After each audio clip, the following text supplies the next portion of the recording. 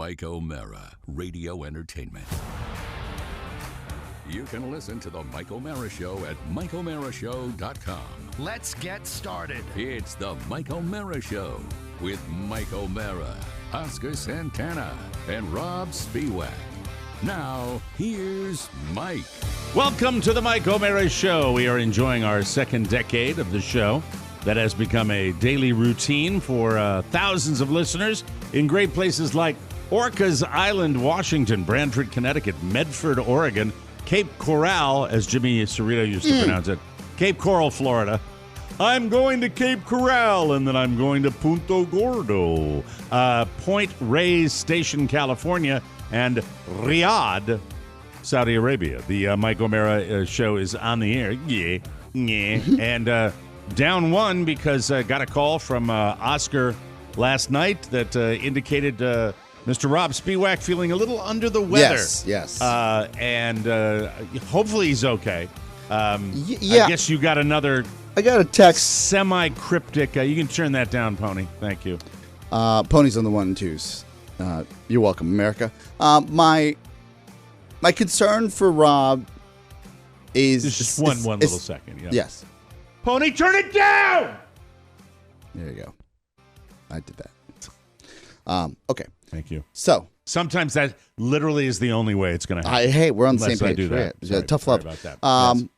Yes. Happy St. Patrick's Day first. Let me start with that. That's right. Happy St. Yes, Patrick's. I see you've got a touch of green in your vest. I married an Irish woman by design. She came by when she was doing a camera check before the show started, and she had a little green feather in her like a little hair. boa, like a little boa. A little feather boa. She looked adorable. You know I adore your wife. Yes, and then great. she gave me the TTLY see you later thing when she left, which was adorable as well. She lifts my spirits when I see her on camera. I'm today, mine as well, Mike. As she woke up, she's like, "It's St. Patrick's Day. Get up. We're going to be late. Mike's going to be pissed."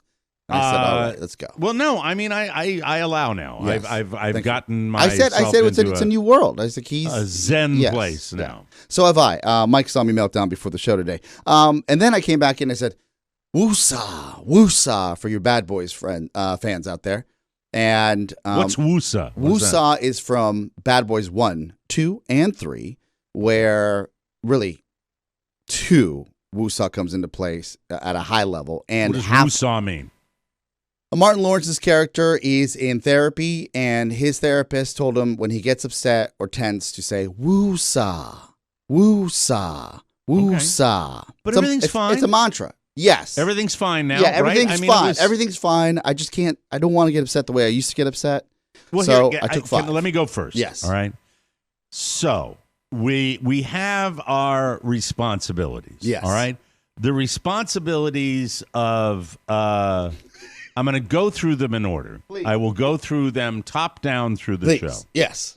You are involved in a second enterprise, and so your role is different than the people on the show. Everybody except for me has responsibilities at the headquarters for the Mike O'Mara Show, which is Podville Media up in Washington, D.C. But the way it goes is Mike O'Mara responsible primarily for content on the show, and organizing that content and providing that And may content. I say, you do a fantastic job. God bless you.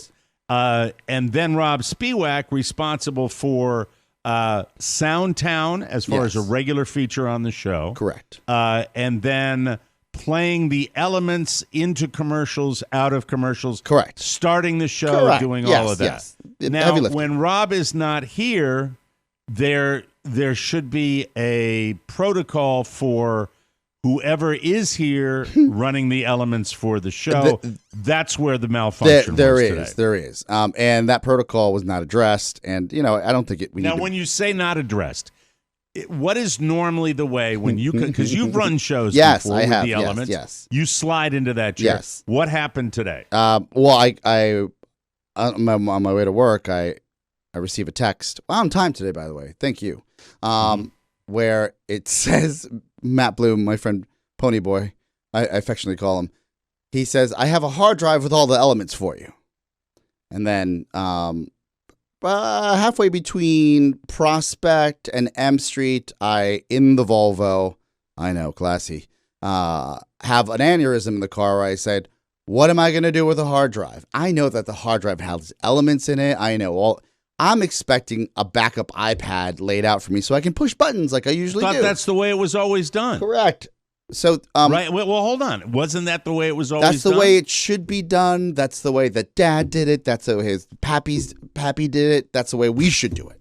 But you come in and there's a little screen and you just press the buttons. And in the days of the little engine that could, which is still the Mike O'Mara Show, but not with a parent company like Podville Media, which has hundreds of thousands, if not millions of dollars worth of equipment on premise.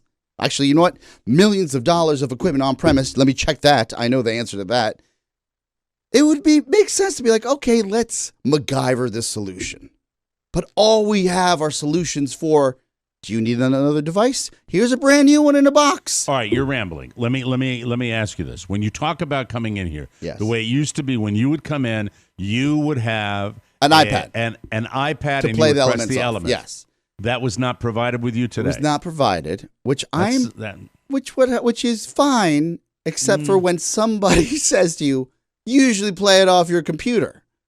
And I said to Matt Bloom, Ponyboy, in my life, would I ever feel comfortable just playing things off iTunes?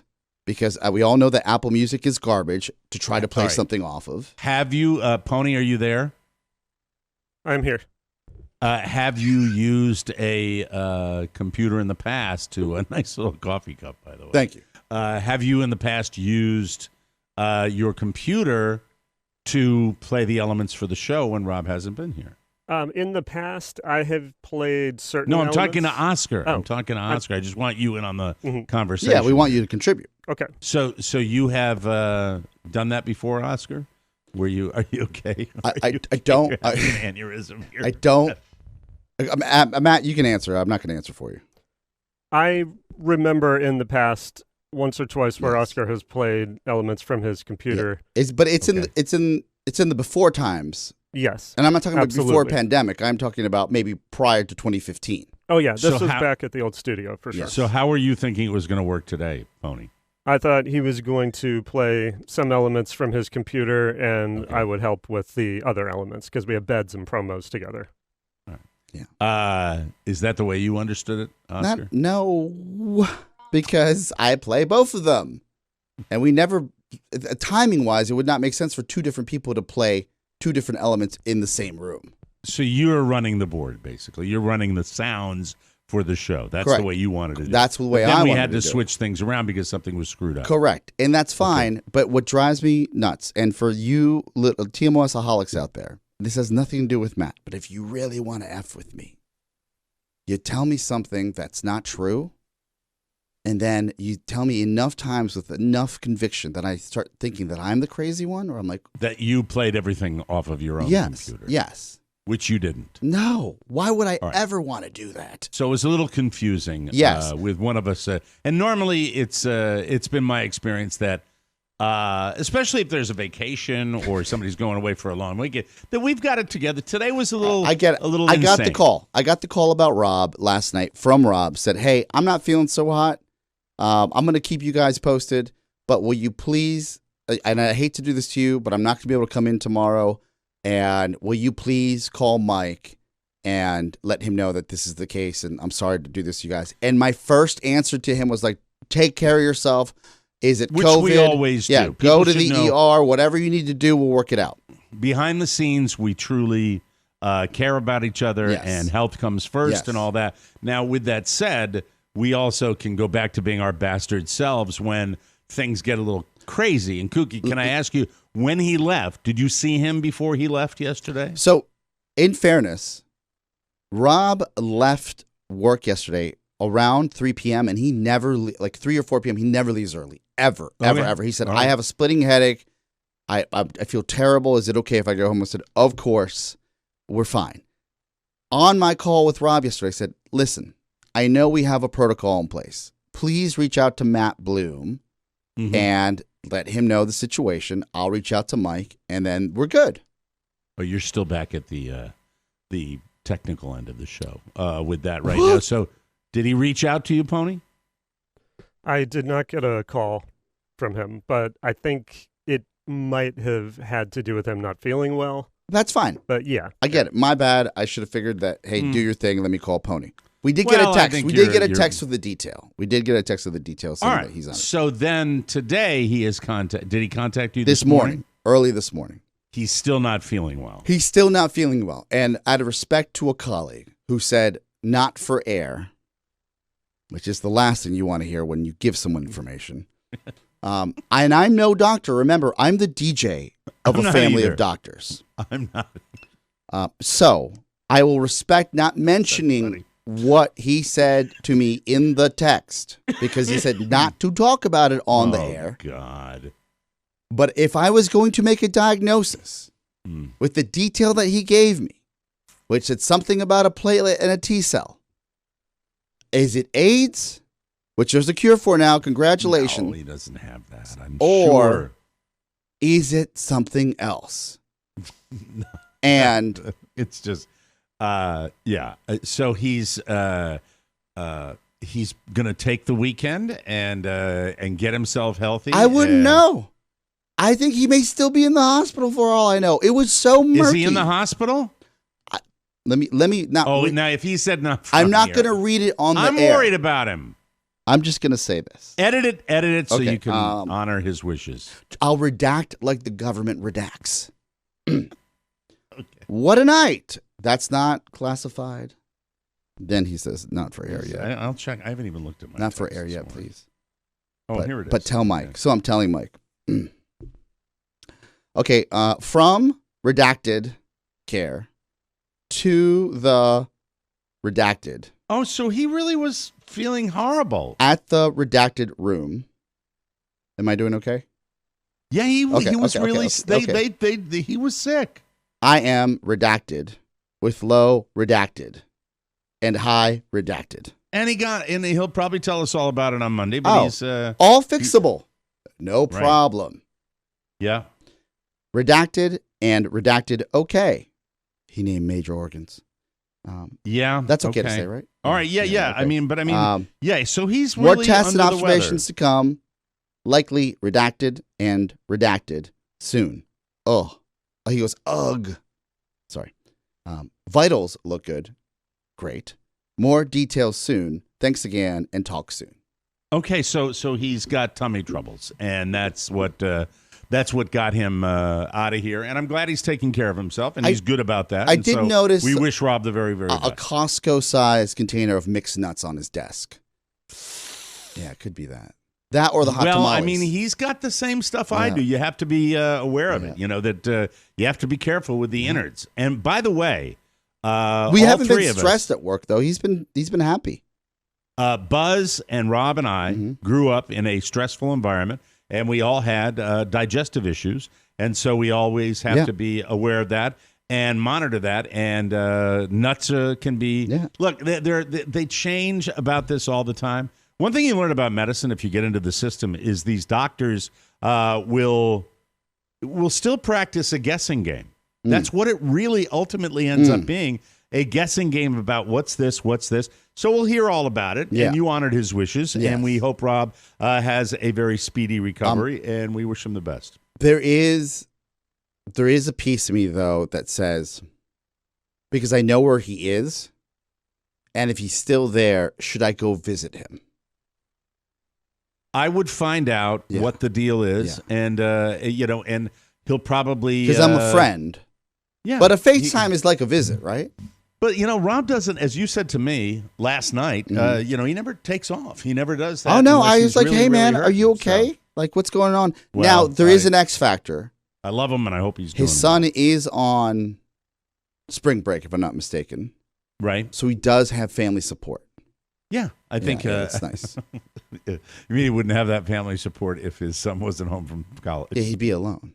Okay. We both know that. She'd visit. No, but she anywho, has to teach and watch kids. This is true. She has to do that. Happy St. Patrick's Day. Yes. We will. I'm very, very excited about. You coming off your facelift last week? Now we're falling apart. I'm going down to the Keys this weekend to visit my sister, and tomorrow is the anniversary of my mom passing, and we're going to be together for that, and I think that's kind of cool. We're going to have a dinner, celebrate her life, and it's going to be a very, very good situation. This day, I remember it as being a kid where the wearing of the green was a big deal for me, and I grew up in an environment where kids, if they want, there was a period in my life as a child when wearing green was countered by people wearing orange. And I remember it was a big deal, and it was kind of known that the kids that wore orange were doing it to say F you to the kids that were wearing green. It wasn't like fights in the hallway in school, but it was something that I was aware of. And then it just moved on. And it's more for kids when it comes to actually wearing green.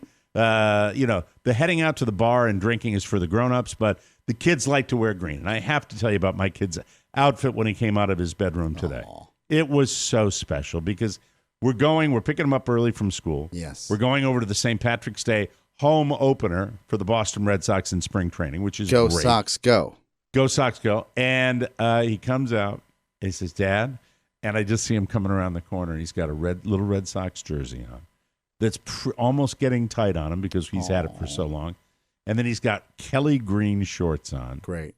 And then underneath the jersey, his T-shirt, he's got a Leprechaun T-shirt. Mr. Personality. My boy. Yeah. That just made I love it. my day. That made my day. I love that. And I see you've got the I got a green stripe. Shan's got a green dress on. She's got the little hat on. Pony's not celebrating. I don't know why. He's agnostic.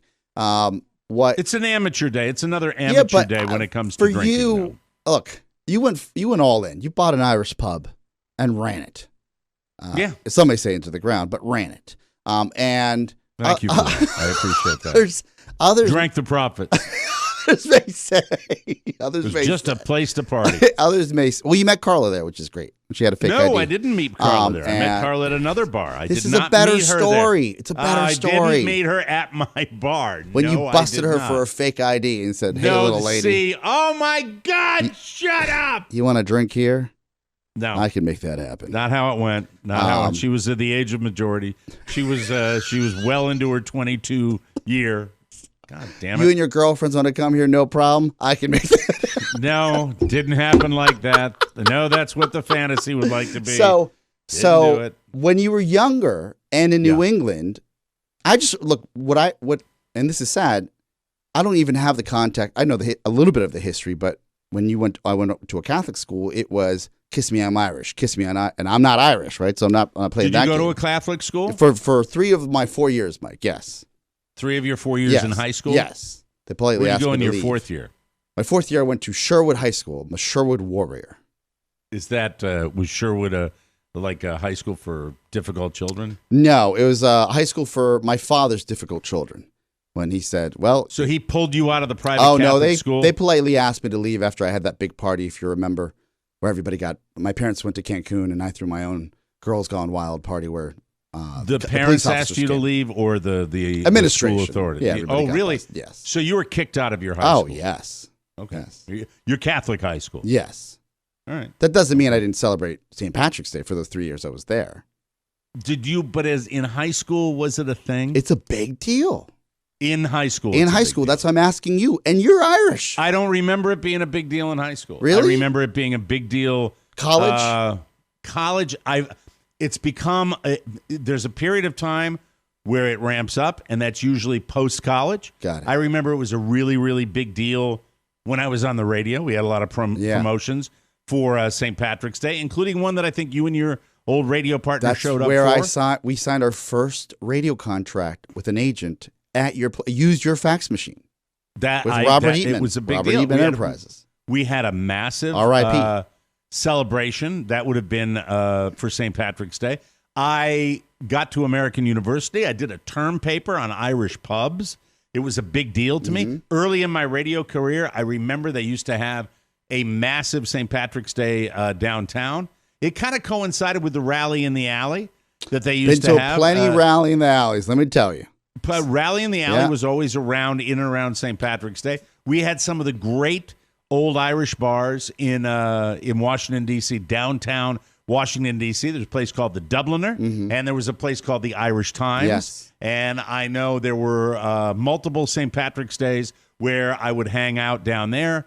And then later on, as I became an older person and I invested in my own Irish pub, the greatest one I ever had was there, where we set all sorts of sales records, where there was a parade that I rode a fire truck. I was Mr. Irish. Before I really realized that the town didn't have any use for me whatsoever. Well, they hate winners, Mike. They hate winners. They didn't want me there.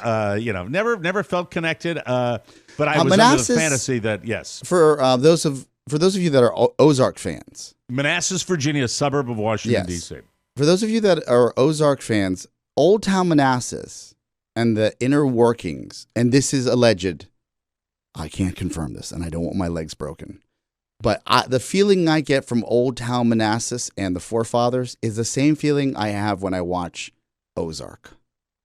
Like, there are ways they want things done, and if you upset that or even rattle that. Remember, I worked in Manassas for almost 7 years, Mike. You had a company there. If you change things, if things move around, if you decide... Not welcome. Oh, they do. You think the Smithsonian is stuffed up and they want their own ways. Let me give you my impression of Go Deviltown. to Manassas.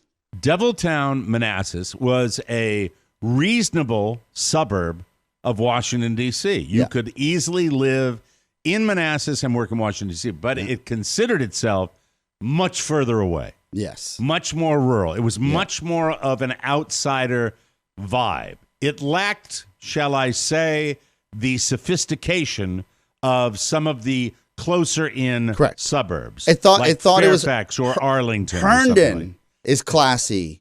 Is classier. Classier. Reston is classier. Yes. Herndon's Woodbridge is not classier. No. Woodbridge and Manassas are close cousins.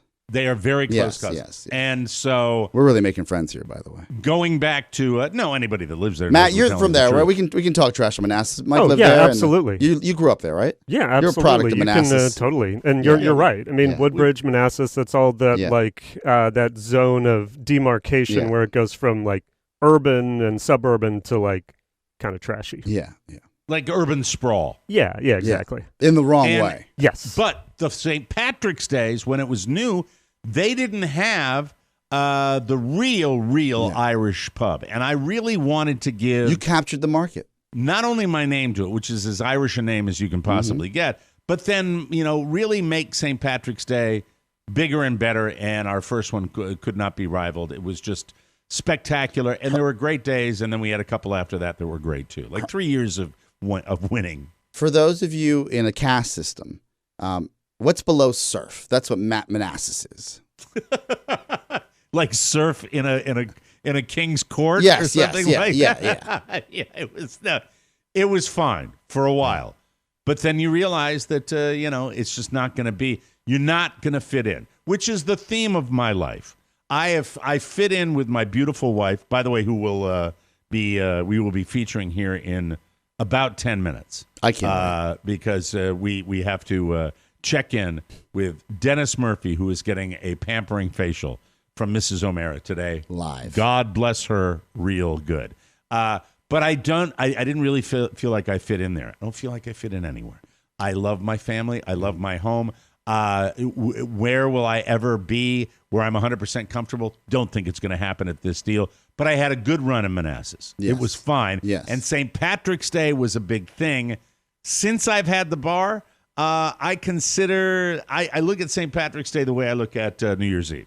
Amateur night, you're jaded. Much too old for that. You've seen multiple different angles already. When you're in college, at least at WVU, I can tell you my experience. It is, if you had class that day, you don't go. You go to the bars because there are specials that start in the morning like they do in big metropolitan cities. Well, mine opened at 6:30 in the morning. I opened at 6:30 in the morning. Yeah, and I had guys that got there in line at about 5:30 to get into my joint, and cold. It was the green beer. If you were at the right bar, not my thing. Too scared. You would do green balloon whippets.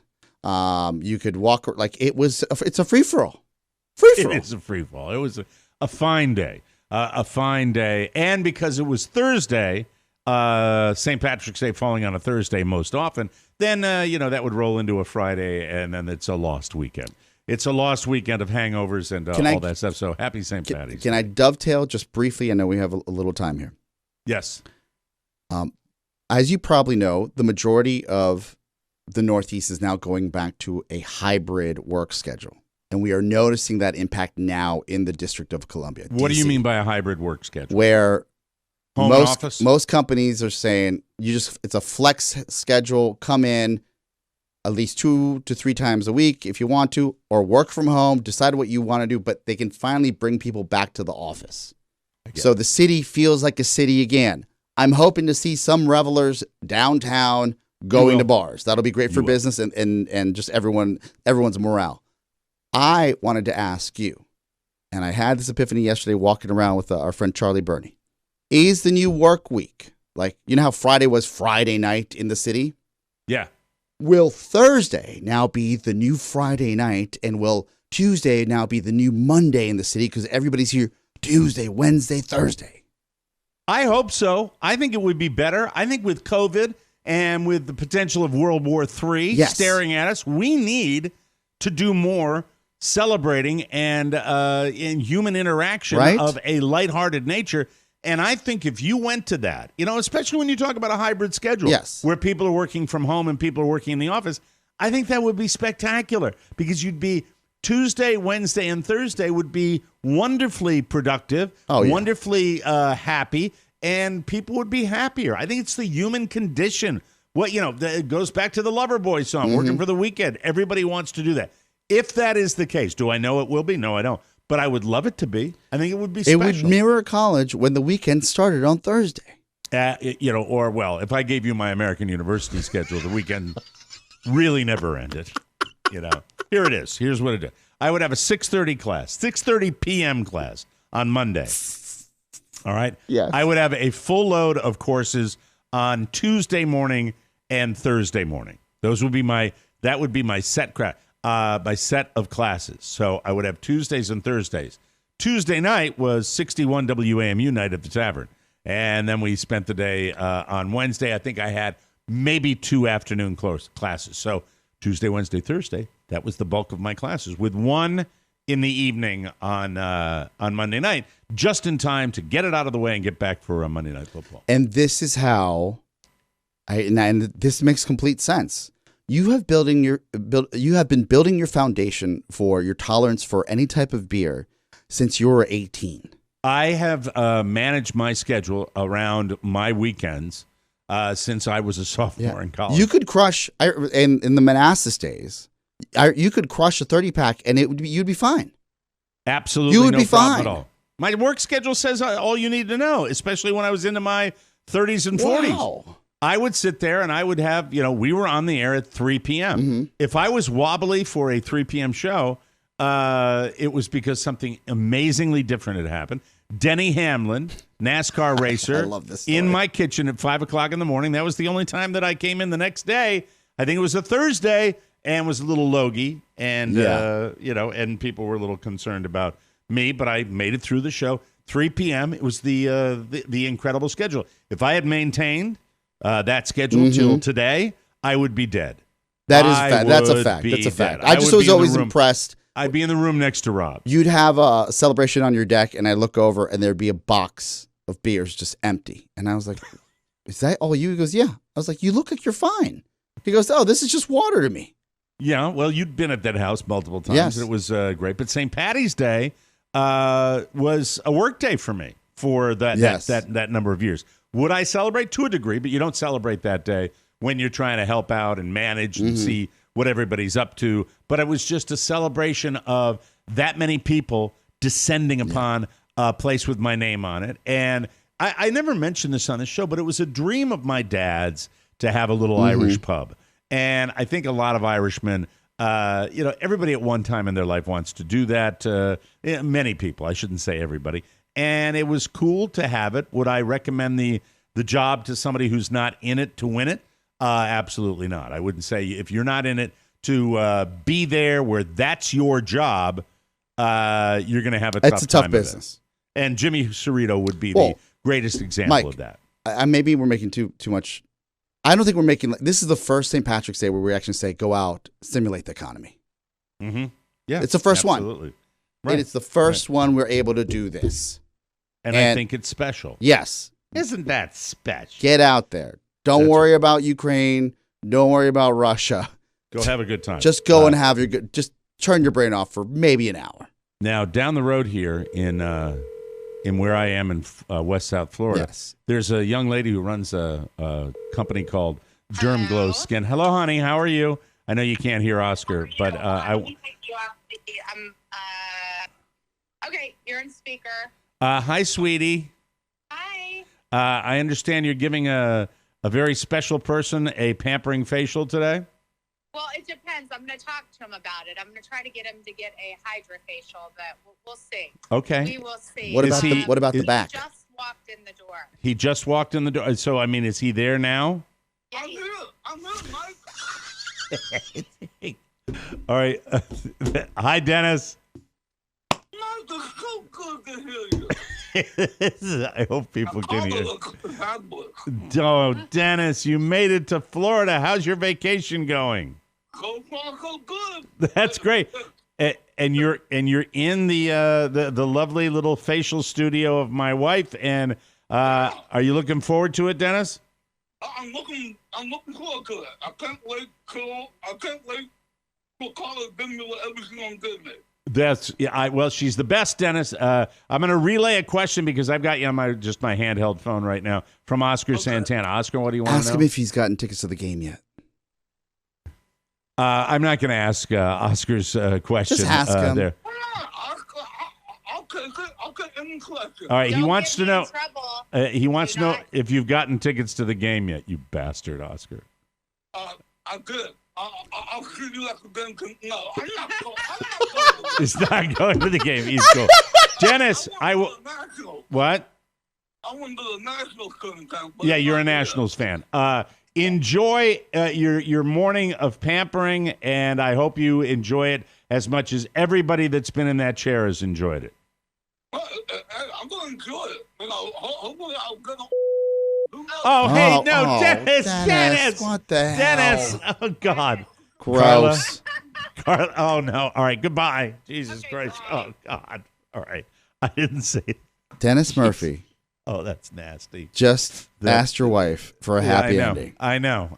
That's we're not. This going is the there. life we live. This is the life we there. live, people. This man just wants to feed his family. His That's poor wife is slaying do. the dragon. She's has this like just wonderful gem of a man that, by the way, we didn't ask him to do that. No, we did not. That was not a Which funny joke. is so disrespectful. So totally On disrespectful. so many different. She has every right to kick him out. This is why we don't let you all breach the perimeter. All right, we got a break.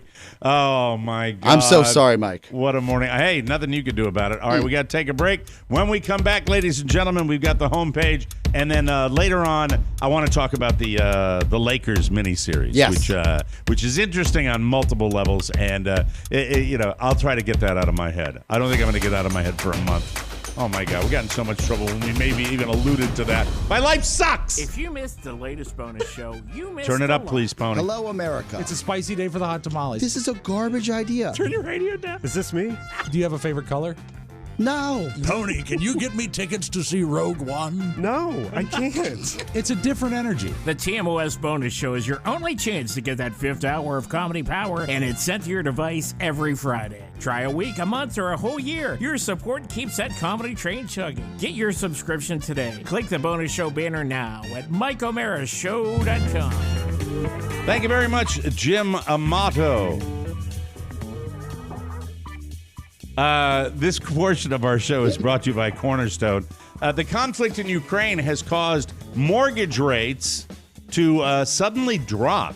This means mortgage applications have surged recently as people prepare for higher mortgage rates. And with this latest dip, you could save hundreds per month. And if you wanted to use the equity in your home for any reason or simply to remove your monthly mortgage insurance, the time to act is now. You need to call my friend Mark Livingstone and his team at Cornerstone First Financial. Whether it's a purchase or a refinance, the low rate window is closing and closing fast. And before you know it, the rates will be higher and you will have lost this awesome opportunity. Why not call and see what they can do for you? With their no obligation rate quote, you may be surprised how much you can save, whether a purchase or refinance. Call Cornerstone First Financial, the number one choice of the Mike O'Mara Show listener, and now licensed in 41 states. So even if you tried them before, try them again. Call 202-625-1221. That's 202-625-1221 or cornerstonefirst.com. And Pony, I think it goes without saying that we will, of course, edit this show in post-production. Oh, you bet we will. To 18. Oh, God. You know, I swear to God, all I try to do is just to have a decent life. Be positive. Here and bring my and thing up here. You have listeners. I know. I try. I do. I really do try. Proposition I try your people. wife. I'm so sorry. much fun. Thank you. From the four corners of the World Wide Web and into your digital device, it's what you need to know. Oh, this is the homepage. Now it's Dennis. It's not anybody else. That's why you're right. You don't let them breach the perimeter. It's official. Troy Aikman and Joe Buck have left Fox Sports, and I'm real happy about this. They're going to ESPN's Monday Night Football, and I can live with Joe Buck and Troy Aikman doing Monday Night Football. I think it's going to be a step up, right? Huge news. I think it's great. I think look, Joe Buck, love him, hate him. He's a solid broadcaster, been there for the big events, been there for the World Series, been there for the Super Bowl. Troy Aikman is a good color man. I like this group going forward. I am okay with this move. What say you? I'm not torn because they're taking a proven commodity and not trying to reinvent the wheel. I was a fan of the old crew, but in the world of sports broadcasting, it's star power. It's star power, and unfortunately, look, when you talk about a choice between Chris Collinsworth and Troy Aikman, you got X's and O guys on both counts. I, of course, have said time and time again, where are the entertainers? We don't have them. So if we don't have the entertainers, we might as well have the star power and the Hall of Famers, right? And ESPN has a lot to gain here because they have the Monday Night Football. They own that, right? They own that contract. And the games have been terrible. Yeah. And if the games are terrible, at least you have some star power to push it along. If you're not going to get entertainers, get the star power. I totally agree with you. The no official word on their salaries, but sources have reported that Aikman is making $92.5 million over 5 years, and Buck is getting $60 million to $75 million. Yeah. So they got their payday. They're reinvesting. They've been doing it a long time. The upcoming season will be their 21st in the booth together. Man, time flies. That ties the record set by Pat Summerall and John Madden. They'll make their debut on September 12th. And, very, very interesting. So many teams sucked last year that a lot of teams are making moves, and I'm excited about the NFL. So we'll see what happens. The Ellen DeGeneres show will end on May 26th. That's 19 seasons of that show. Guests for her final shows will include Michelle Obama, David Letterman, and Zac Efron, or Efron. Efron. It's unconfirmed, but the New York Post says she will be giving millions of dollars in bonuses to her staff before she heads out the door. The controversy during the pandemic, and it's just, she didn't want to leave at 19. She wanted to leave at 20 or 25. But she's taking her ball and she's going home because will she surface somewhere else? She will. But if you recall, and for Americans that don't remember, you shouldn't. It's the majority of her staff and had alleged senior staff that she was a tyrant and hard to work for. And she had tyrants down the chain. Correct. So there were people that were abusing staff and doing a bad job. But it's a pressure cooker in the broadcast world. But usually when you've got that kind of star power and you're making that kind of bank with this, you mind your P's and Q's, and there's a little insulation. Not only was Ellen alleged to be very difficult to work with, but the producers were as well, and there was a big scandal, and she had to comes do a from the top, culpa. right? Yeah. And don't you think at that point that's when she said, F it? Yeah, I she don't want to looked be at around Portia for and was this like, anymore. what are we doing? Right. Let's wrap this up. We got enough money. Portia de Rossi. Ooh, like that. All right, this is a little controversial, but you knew it was coming. Netflix might be adding extra fees for you to share your account with up to 2 additional users outside your household. So not only will you have to pay extra for people to use your account, if you've loaned it out for more than 2 people, you might have to make some cuts. This is good. Like not let them. I love this. Anymore, I love right? this. I love this. I love for personal reasons. My sister and brother, who are wealthier than I'll ever be, at least as of right now. Who knows? Mm-hmm. And I celebrate their good fortune. They made the right choice. They became doctors. I share my account with my Skinflint brother, and I share my account with my Skinflint sister. And they call me at all times to ask me what the password is. And I'm saying, what about breaking off some of your own cash and not bothering the guy that's literally hanging up lights at 10 p.m. at night? You're Mr. Media, though. You're their Mr. Media because they're too busy, piling money into their bank accounts to focus on little details like how to get a Netflix subscription. Right? That is too funny. Wow. Well, this is what's going to happen. Let's see. They're rolling it out first. And this is interesting for you, Oscar, in Chile, Costa Rica, and Peru, where it'll cost about $2.99. Yeah. There's no word when they might bring it to the U.S. Netflix announced last year that they were going to start cracking down on password sharing, but nobody I know has been caught yet. My brother is in Costa Rica right now with his family. Nice little vacation. If he texts me about the password, I'll say, hey, man, I'm not going against big business and big Netflix. Buy your own. He's watching Inventing Anna down in Costa Rica. Is he really in Costa Rica? Yeah. Costa Rica. Do you ever meet any guys? We never talk about this on the show. Costa Rica, beautiful place. Pura vida, they say. Ecotourism and all that. It's great. But also, I've been. I knew a lot of horn doggies that used to travel to Costa Rica. Do you know what I'm talking about? Right? Yeah, so if you're single and you have a business trip to Costa Rica, or you're married and your husband or wife is going to Costa Rica on a business trip, might want to check in once in a while. Yeah, if he says he's just fishing, he might not be fishing for marlin. Yeah. Just a little 2 cents there. Fishing during the day and at night. There you go. Is there something you like to eat or drink to celebrate St. Patrick's Day, he asked? Maybe something a little more traditional than a Shamrock Shake. By the way, I had a Shamrock Shake about 3 weeks ago. Not a fan.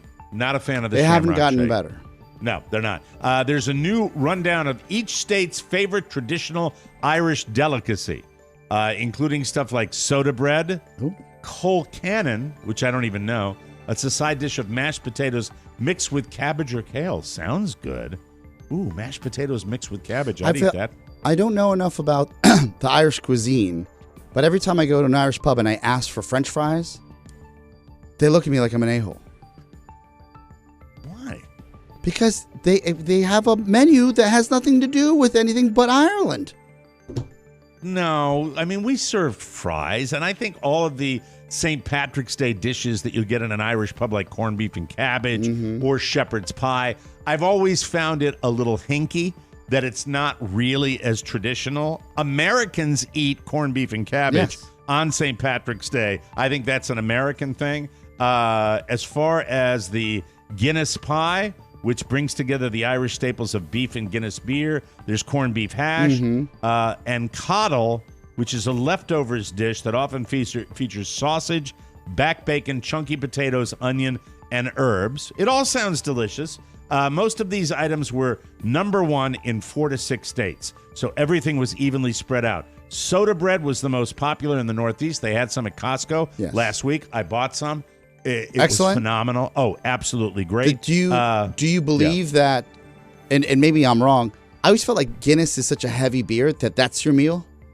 Guinness is a heavy stout, but what makes it heavy also makes it good for cooking. So like a Guinness stew, you can add it like you would add a beer to something like that. It's yummy, yummy. Apple cake is big in the South. Never heard of that. Along with shepherd's pie. I don't think shepherd's pie has anything to do with Ireland. Eat what you want. Yes. Enjoy yourself. Have yourself Shamrock an Irish burger. coffee. A Shamrock burger. Make sure and remember the green beer is the cheap beer. Thank you very much. There. That's all you need to know about St. Patrick's Day. And now a little something. A dentist in Wisconsin Listen, this doesn't surprise me at all. He is facing up to 20 years in prison for cracking his patients' teeth on purpose. Ooh. So he could charge them more money. His name is Scott Charmley, and he's 61. It turned out he'd been doing it for years, and he wasn't caught until he sold his practice in 2019. The new owners were looking through his records, and things just didn't add up. The average dentist in Wisconsin does about 6 crowns for every 100 patients they see. I would have thought that number would be higher. Yes. He was averaging 32 crowns per 100 patients. He'd lie and claim an x-ray showed a crack in their tooth. Then he'd use a drill to actually crack the tooth. Oh, my God. And take more x-rays to submit to their insurance. This is a bad hombre. He'd lie, and he'd say there was a crack, and then he would bill, this is his total, more than $4.2 million between 2016 and 2019, and that's just for crowns. It's not clear how long he'd been doing this scam, but he'd been practicing since 1986.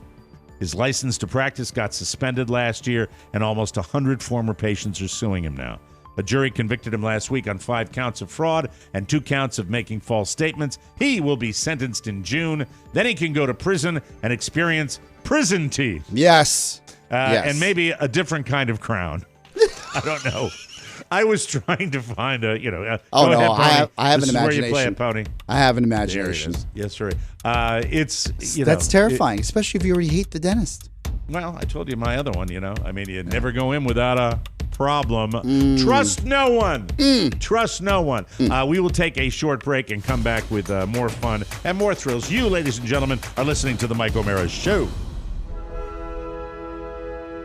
Hello, parishioners. It's me, Uncle Baby Billy Freeman. I want to thank all of you that have supported me by purchasing my Baby Billy's Health Elixir. Blessings to all of you. But I've recently discovered something that's even more potent, and it's my God-given duty to tell you about it. It's the Mike O'Mara Show on TikTok. Beautiful, funny, spiritually uplifting, bite-sized clips of your favorite podcast. Perfect for yourself and for sharing with the congregation of your life.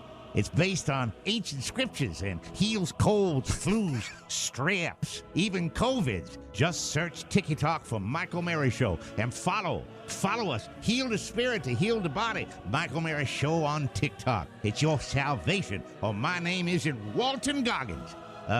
Baby Billy Freeman. Amen. Thank you, Billy. We appreciate it. Baby Billy Freeman. Now, how much we rely on our devices, it's easy to forget about the hardware that we're born with. Like those things on the side of your head. I'm not talking about sideburns. I'm talking about your ears. Just like fingerprints, no two are exactly alike. That's why your earbuds probably cause you some discomfort or even physical pain after a while. Ultimate Ears Fit's true wireless custom-fit earbuds from Ultimate Ears are here to change all that. You get a guaranteed perfect fit in 60 seconds. I love them when I'm riding my bike. It's fantastic. They stay put. They feel great.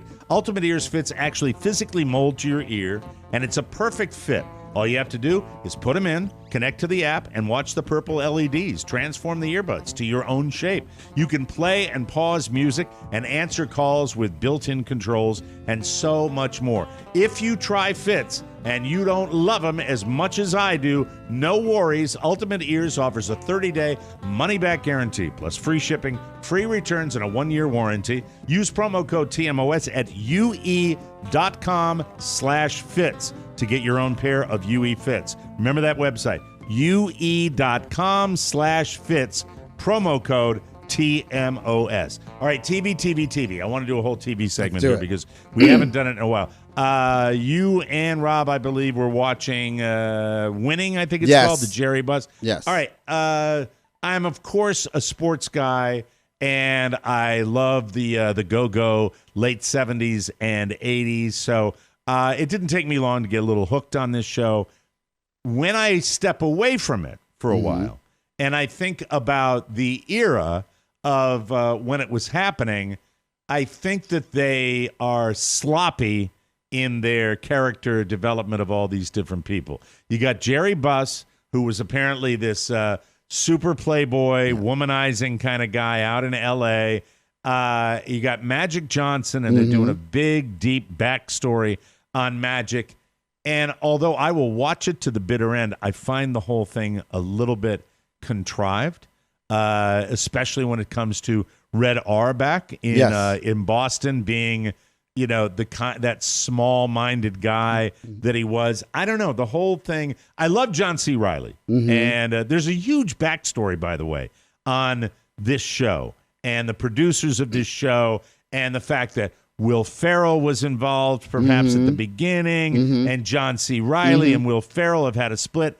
Here's the bottom line on that issue. I know that they've had a split over creative differences and stuff. The bottom line is John C. Reilly is an actor. Yes. John C. Reilly is an accomplished actor. Will Ferrell is a sketch comic. He is. He does silly movies, and he's fine in that, but he's just not John C. Reilly caliber. I think when you see, don't you agree? He felt the deal was snaked. That's what it comes down to. I read a lot about it. And Winning Time, The Rise of the Lakers Dynasty, available now on HBO Go. Max, I'm sorry. Winning Time. Winning Time, The Rise of the Lakers Dynasty. The cast is just remarkable. The backstory, I think, is intriguing, though it's Hollywood. I feel like somebody's going to get the short end of the stick eventually, and for it to be Will Ferrell is intriguing, but, it happens to the best of us. I don't believe that. Look, I know nothing about the Los Angeles Lakers. I know the team with Kareem Abdul-Jabbar and Magic Johnson back in the day had a great winning streak. I know that it's amazing how many people they torpedo when you watch this. They torpedo Jack Kent Cooke. They torpedo Red Auerbach. They torpedo Jerry West. And I have to tell you, son of West Virginia, by the way. West Virginia player. Back in the day, look, I know in front of the camera and behind the scenes, totally different things. Back in the day, Jerry West was pretty revered out in L.A. and revered in basketball. To this day, in the basketball world, this does not do him justice at all. They make him out to be a maniac, like a maniac prick. They make Red Auerbach look like an egomaniacal prick. They make Jack Kent Cooke look like a racist prick. And that's probably true, though. I mean, I hate to besmirch a legend. No, I don't doubt he looks racist. Look, being around, when you consider back in the day, the white man's owners club, do I hold out the possibility that may have been the case? I'll put it to you this way. I wouldn't bet my life on it, but someone close, yes. If they said, hey, gun to your head or a family member's head, do you think do you think Jack Kent Cooke was racist? And if we're defining races, it's just clearly racist. Like he's dropping N-bombs all the time. Like he's just going crazy. Yes. Now he married a Latina, or he dated a Latina. Marlena. By God, thank you very much. This was the best. This was the absolute best meal I've had. And tell one of those. I'm not even going to do racist. But so he might have evolved into like, okay, I can't be racist anymore. But there was a time in his life that I'm going to bank on he was probably racist. Red-faced apology to Redskins owner. This is a story I love doing. This from the Washington Post, August 9th, 1991. Jack Kent Cooke of Washington Magazine reached an out-of-court settlement yesterday in a $30 million. This is 91 in a $30 million libel suit filed by Cooke, with the magazine agreeing to print a highly unusual apology as well as make a substantial donation to charity in Cooke's name. The lawsuit was scheduled to be heard, blah, blah, blah, blah, blah. In a press release, November 1989, Cooke said the article raised allegations related to game fixing in the NFL and the endorsement of racist views. Oscar, there was something there if this was out there. They said, well, they issued an apology. Yeah.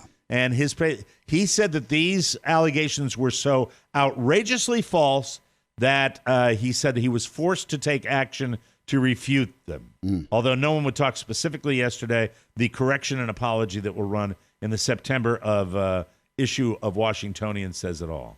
We continue to evolve as a society. And unfortunately, yes, I think we all know people in our lives, especially those that have passed or those that are in the 70s and 80s, that just never lost that chip or evolved into, like, we live in We live in a different society now, for the better. Well, I think you had a lot of old men with lots of money that were involved in NBA ownership back in that day. Yep. This show essentially paints everyone as a racist. It's nuts. This show really does. It pretty much comes down on that, and that's the way it works. And it also paints Jerry Buss in an incredibly positive light, although Jerry Buss was out there, in the day, living the high life. Yeah. And I think maybe the potential is there. This is a love letter to Jerry Buss. And I don't know enough about it, and I haven't read enough about Jerry Buss to know that. But it's certainly an interesting show. Just, all is not what it seems to be. That's the way I look at it. Did you ever go to the Forum? Never in my life. I've never been to the Forum. I remember as a child not understanding what the Forum was, and then seeing it and finally growing up and realizing that, not everything's soccer or Tito Puente or Julio Iglesias, and evolving into society.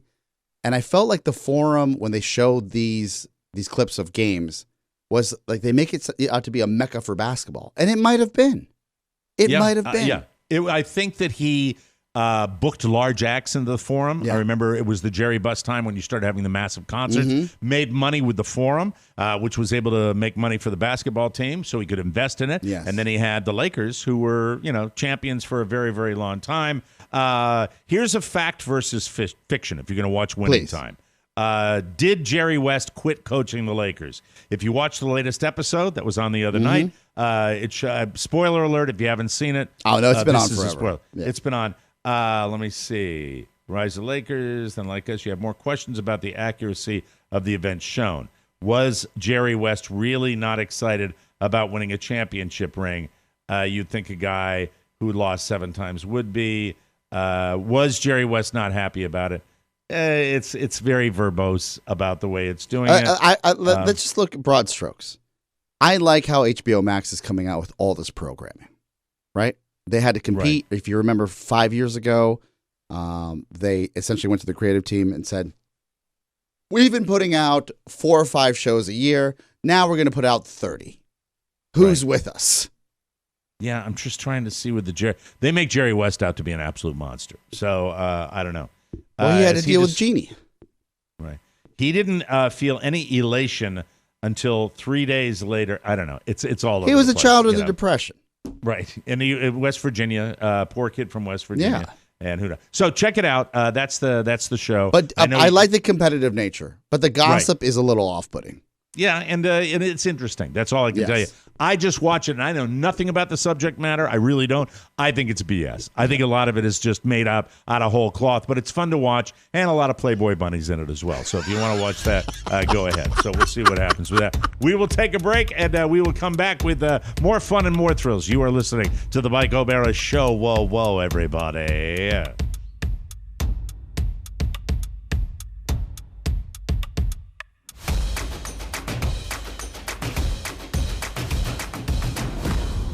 You know how everyone always says that the best things in life are free? Well, that's just communism infiltrating American culture.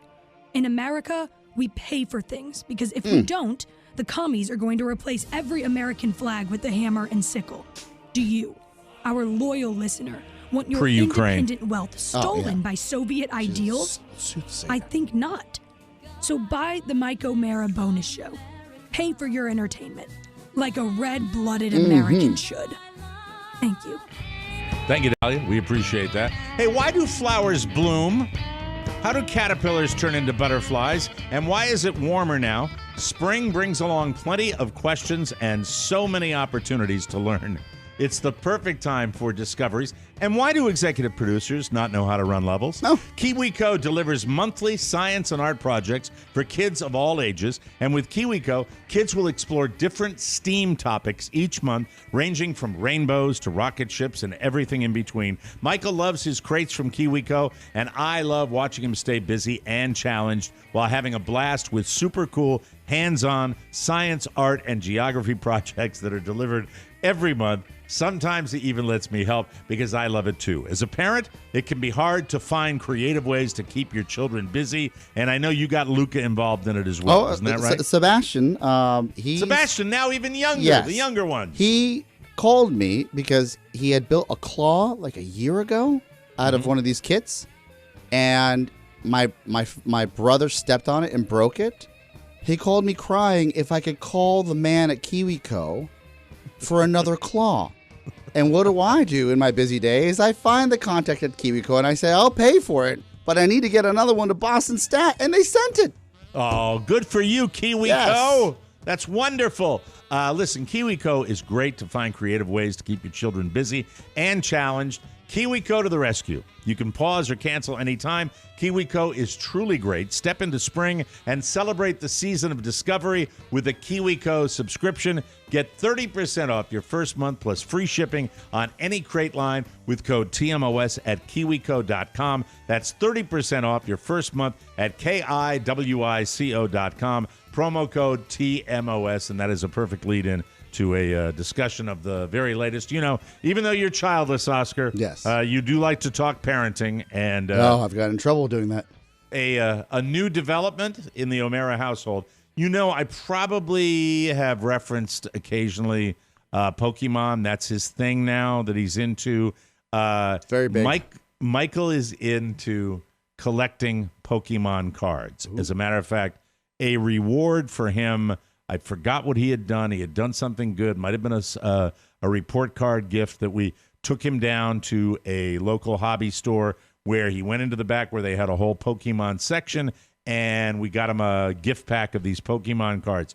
Here's the new development, because it does involve I'm on the periphery of this. Yes. I haven't gotten involved with this. This is how I can explain it.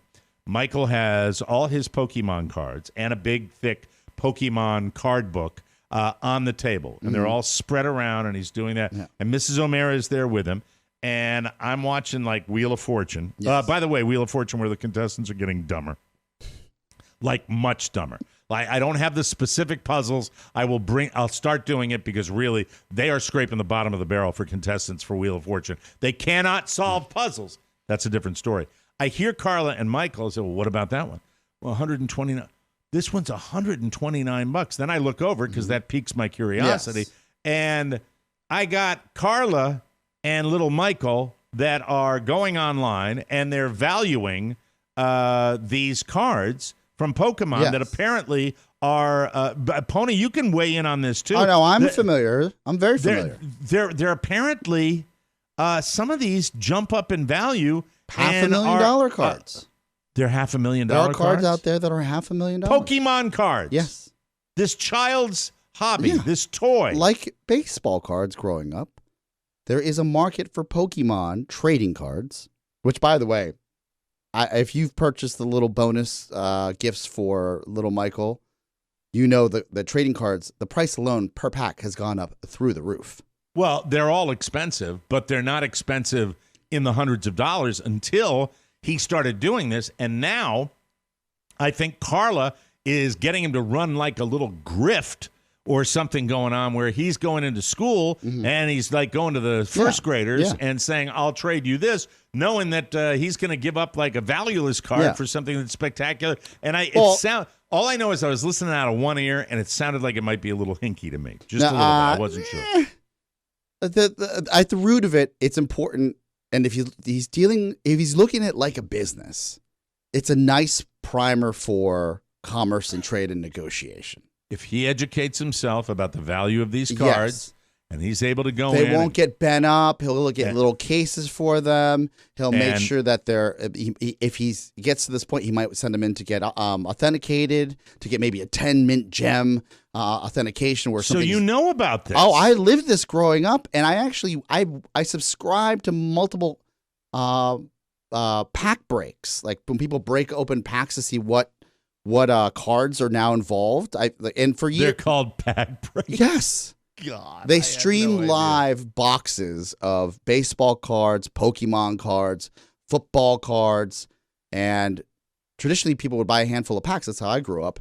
But now grown-ups and dealers will buy rare boxes of cards, and then they'll open them up on the web, whether it's Twitter or Instagram or Facebook or YouTube, and they're very popular. Very popular. Top 15 rare and expensive Pokemon. Okay, cookies. Lick my bag, cookies. Thank you. But Thank you very much. You can. It is a big deal. And in the world of anime, I hate to mix worlds. You see these card layouts, even I'm sure at your doll shops, Pony. When you go out what there. do you know about this? I know that a lot of those cards can be very expensive, and I actually saw a video a couple weeks ago of these guys who bought like a $1 million box of Pokemon cards that was unopened, and then went to open it, and they found out that it had been completely opened and replaced with. That's Jake Paul. He got grifted, but the dealer who authenticated the box ended up repaying Jake Paul, famous YouTuber, for authenticating what was a fake box. Well, that's nice. $21,000 one sold for in November of 2019. Yeah. Buyer beware, Mike. This is the same ruse that the Topps family brought to us when we were kids. Okay. Where I was like, oh man, I got this Don Mattingly, or Upper Deck rookie card, like Ken Griffey Jr. 1989 set from Upper Deck. There's too many of them. And eventually this market, like the crypto market, will, or the non-fungible tokens. $55,000. Yes. They're there. And I'm going to get a lot of hate mail, but it's fun for a little while. Because people think it's legit. You think it's going to crash. Eventually. $65,000. Oh my God. I buy more into an NFT. $90,000 July of 2020. Yeah. You got a Pikachu with a third leg, if you know what I mean. So the question I have for you, first of all, what I really wanted to talk about was whether my son is like learning to grift out of this. I don't want that to happen. But my question was, if he holds on to some of these cards, is there a chance that 10 years down the road, when it's college time, these might hold some sort of value? Is there a possibility of that? He would have a higher probability of success, in my opinion, to sell those cards to the rubes at school and buy a slice of that company called Apple. Really? You don't think it's gonna come on? That like what's $150 today could be $10,000 when he's 18. Does your coin collection, did that ever amass? I never a fortune? collected. I collected baseball cards because I love football cards because I love football. I have a Mickey Mantle at home. I thought it's all. Trust me, it is jacked up. It's creased. It's worth nothing. Okay, but it has to be mint condition. But a new guy is, and I looked, Beckett Monthly, had to go on the web, all virtual now. I looked during the pandemic because I found my collection during the pandemic again. I was like, oh, this is so much fun. That card is worth $1,500, brand new, like crisp, clean, perfect. The Mickey card? The Mickey Mantle card. In perfect condition, It's worth how much? $1,500. My card's probably worth $50. We might as well just put it on the web and give it away. Isn't it Honus Wagner? Isn't that the ultimate card? That's baseball the card? One guy. We got nothing. It's the one guy. This Pokemon World Championship promo #2 trainer sold in February of 2021 for $110,000. Yes. That's pretty good stuff. Yeah, I mean, like, if you... I wish my father was more involved than just, and look, this is going to sound terrible, but we would post up at these card shows and these like convention center places, and he would sit outside with the Washington Post. He'd give me cash because he felt guilty for leaving me all the time. And I'd walk in with my sweaty hands and get completely bamboozled. I didn't know you were when people would sell me cards that were too, like, essentially, they weren't giving me deals because they were negotiating with a 10-year-old in cash. So I'd run out and be like, look, I got Don Mattingly or Wade Boggs. And I'd be like, that's Oscar. How much longer? How much money do you have left? Do you need more money? Okay. Like, he didn't care. He just knew that I was going in there and one less thing for him to do so you get through the Washington Post. And then you handled it. So you're not supposed to handle it. Peanut butter fingers. Like, I didn't know about cases. I thought they were too expensive. Like, it's nuts. All right. The #3, Pokemon Blastoise.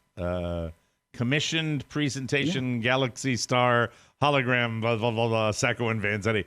Sold January 2021 for $360,000. This is 19, 20, and 21. We're in the obviously the peak of this. Right? I get it, and maybe I'll be proven wrong when Michael cracks open a pack and then he's set for all 4 years of college. Who knows?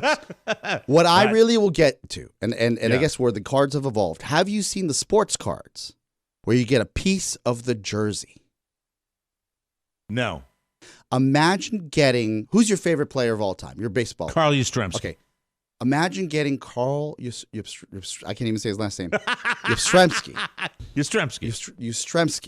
Yes, Stremski. Yaz Stramski.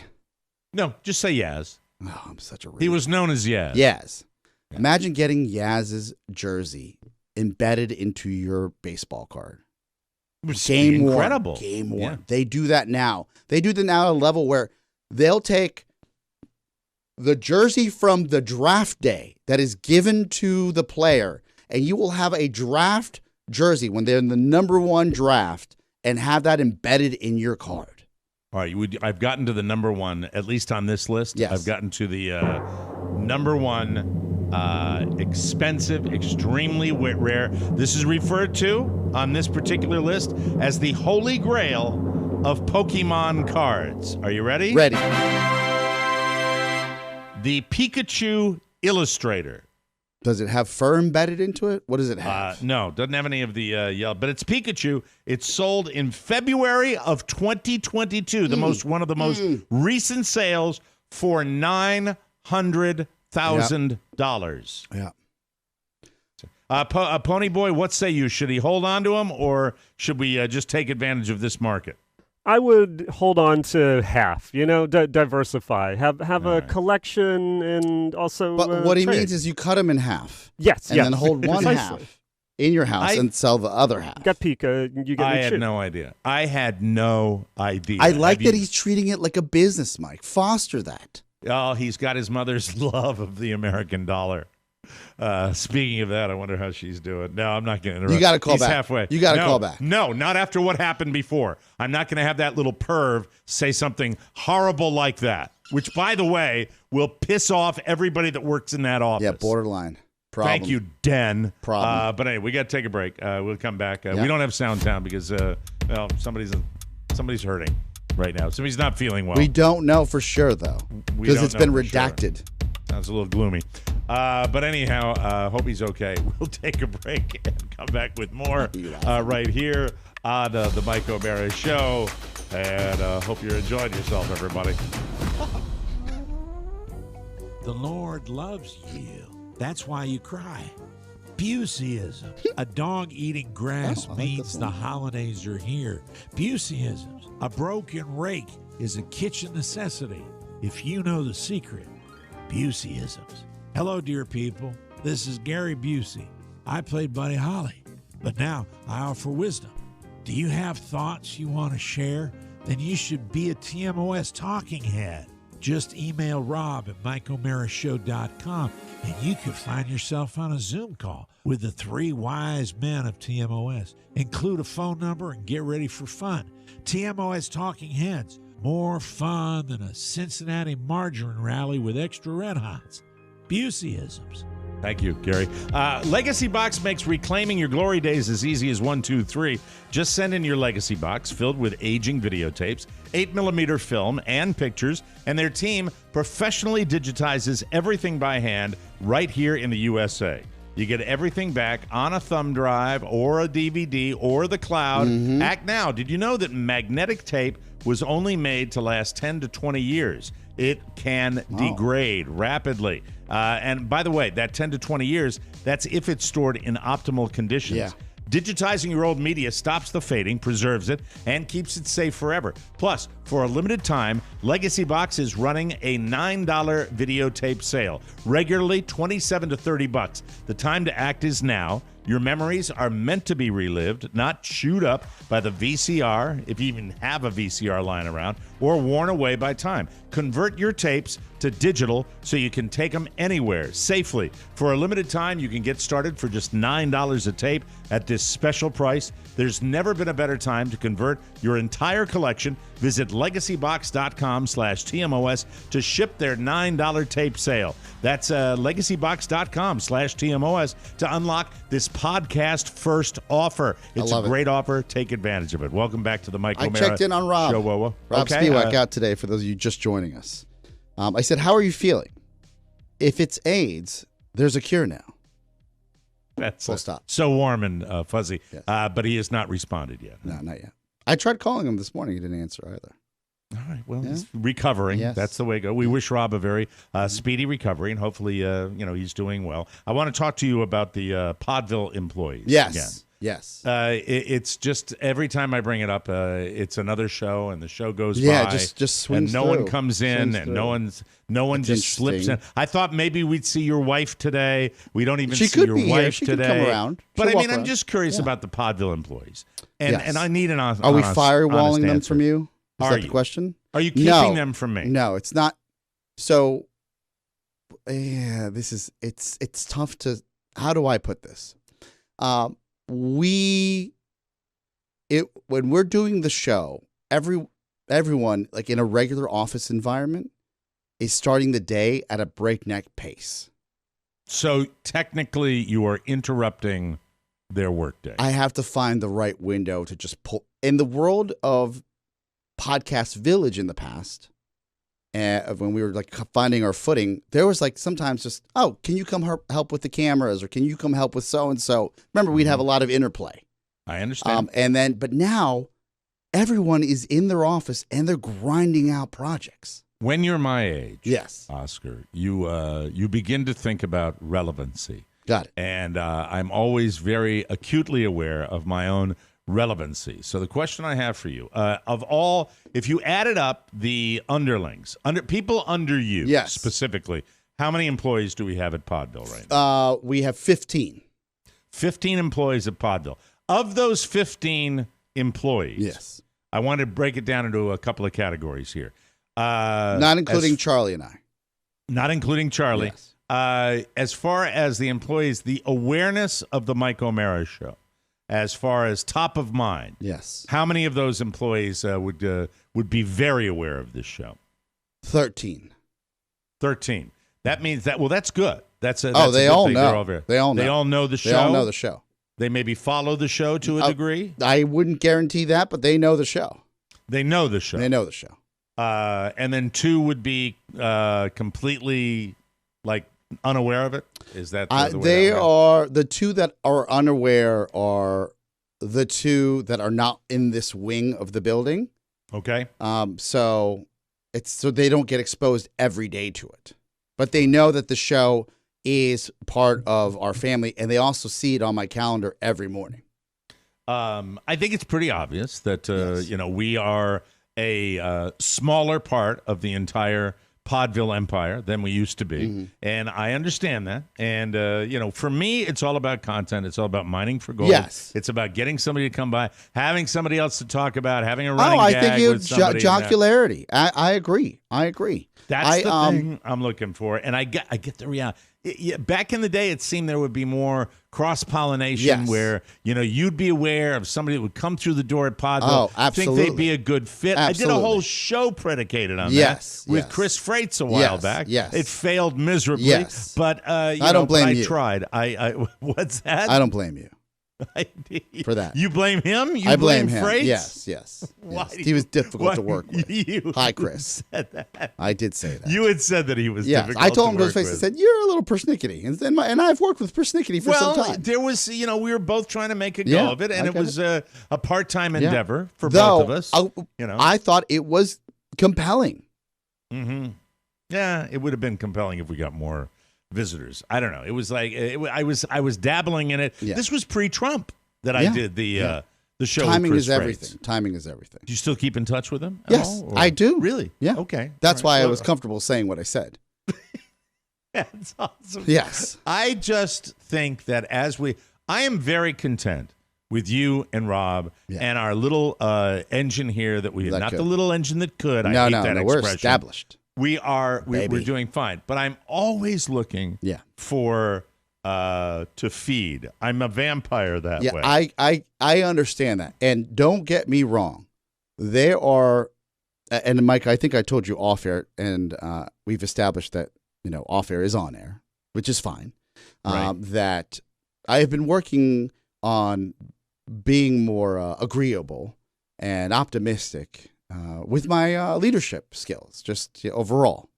So there are days where old me would have seen something and that has nothing to do with our show and really brought it right into the studio. But also maybe might have hurt morale overall outside of the studio. So there's a fine line where I get it. Do I burn the house down? I know. Or do I wait and pick our spots? Now, you meeting everybody, now that our masks are off, makes complete sense. So just to talk to somebody, if they were quirky and they were into it, I would love that. Also, so with that said, the misfit level of team members now is like, I hate to say this. They're boring. But we're the misfits. Okay, I get it. That I understand that too.